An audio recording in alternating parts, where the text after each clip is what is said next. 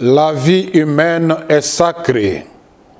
Déclaration des évêques membres de la Conférence épiscopale nationale du Congo (CENCO) contre la banalisation de la vie en République démocratique du Congo.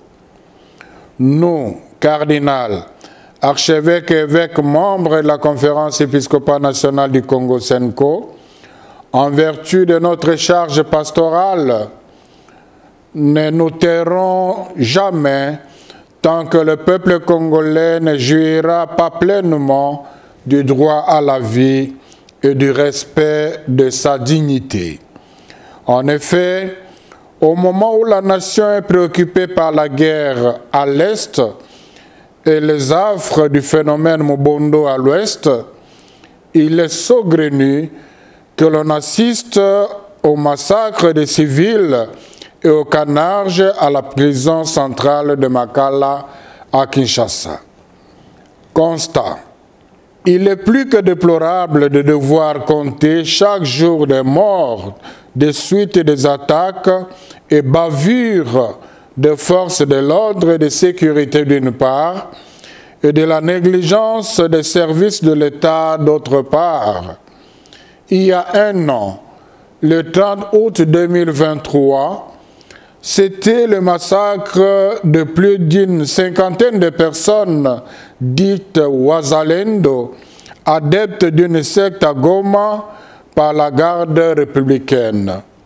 Récemment, le 15 août 2024, la nation congolaise a été endeuillée par le massacre crapulé d'une dizaine de jeunes du mouvement religieux Mbidi à Kilwa par certains éléments de forces armées de la République démocratique du Congo et de la police nationale congolaise. Le 18 août 2024, nous avons déploré la mort de 25 personnes, doublée de la disparition de 160 autres dans le naufrage d'une baleinière sur la rivière Lukeni dans le Maïndombe. Suite à la négligence des services de l'État commis à la régularisation de la navigation dans nos lacs et rivières. Alors que la nation est encore dans l'attente de la lumière sur ces événements malheureux susmentionnés et tant d'autres survenus à travers le pays, notamment dans les provinces de l'Est, spécifiquement dans le nord Kivu et en Ituri, et à l'ouest dans les territoires de Kwamuntu, au moment même où la nation est censée rendre des hommages dignes à Goma, à nos 200 frères et sœurs morts suite au déplacement forcé par les fêtes de guerre, les nouvelles provenant de la prison de Makala ce lundi 2 septembre 2024, faisant état de plus d'une centaine de morts, dont un bon nombre par balle, de plusieurs blessés et des cas de viol parmi ces pensionnaires, oblige la CENCO à réitérer sa déprobation de la banalisation de la vie humaine en République démocratique du Congo. Nous condamnons sans ambages ces ignobles atteintes à la dignité de la personne humaine.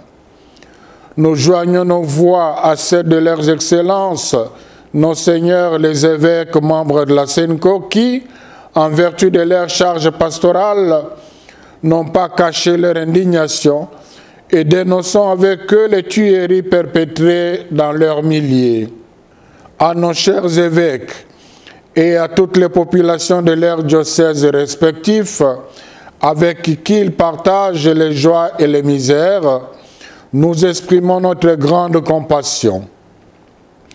Aussi, nous saisissons cette occasion pour présenter nos condoléances chrétiennes à toutes les familles qui ont perdu les leurs dans ces massacres et à tous ceux qui sont touchés par ces drames iniques et assurant de nos prières tous les blessés, qu'ils recouvrent force et santé par la grâce du Seigneur.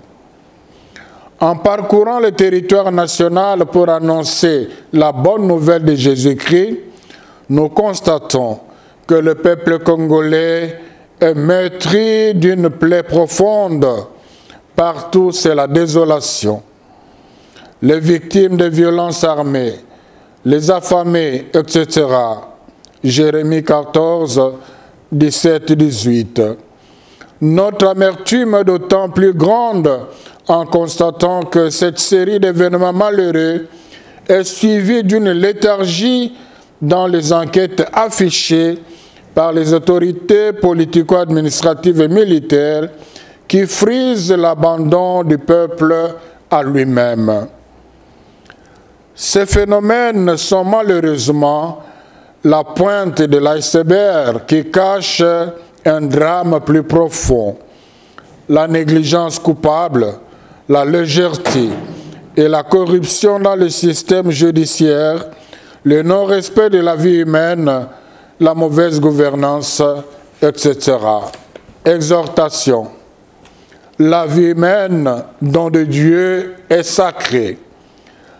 La dignité de tout homme, y compris les prisonniers, créés à l'image de Dieu et à sa ressemblance, doit être promue et respectée. Nous exhortons la justice congolaise au respect des droits des justiciables et des procédures qui réglementent les arrestations. Ceci pourrait en plus participer au processus de désengorgement des prisons mené par le gouvernement et éviter des incarcérations clandestines. Nous invitons ainsi le gouvernement à honorer ses propres engagements, surtout pour ce qui est de la construction de nouvelles prisons. Les faits évoqués si haut et tant d'autres qui sont dénoncés constamment par les organisations de la société civile ternissent l'image des marques de la République démocratique du Congo.